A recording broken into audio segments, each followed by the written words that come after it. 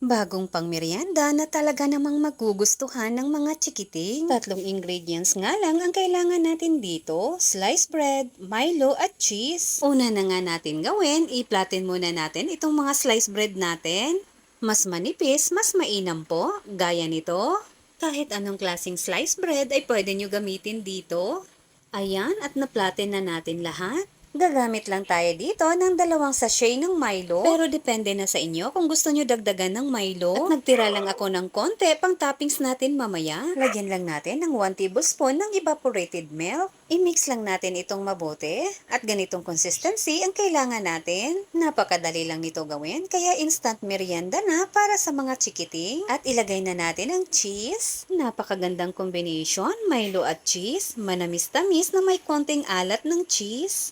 At ito ang ginamit ko, quick melt cheese. Pwede naman kayo gumamit ng ibang cheese, depende na yan sa budget nyo. Kailangan lang natin ay 1 piraso ng itlog. Dahil dito natin iloloblob ang bread roll natin. Ayan, at pwede na natin ito iprito. At dito sa ating kawali, maglagay lang tayo ng butter.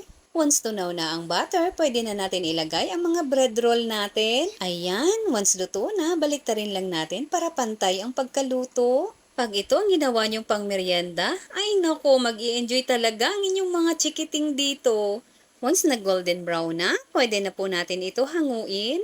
At ayan na, may Milo bread roll na tayo with cheese. Tingnan nyo naman kung gaano kasarap yan. Napaka-cheesy talaga. At ilagay na natin ang natirang Milo kanina. Ayan, at lalong mas pinasarap. Dahil loaded sa cheese itong Milo bread roll natin, gawin natin ito pang merienda ng mga chikiting para maiba naman sa panlasa nila. Kaya naman, subukan mo na. Maraming salamat. Hanggang sa susunod mga kakusina.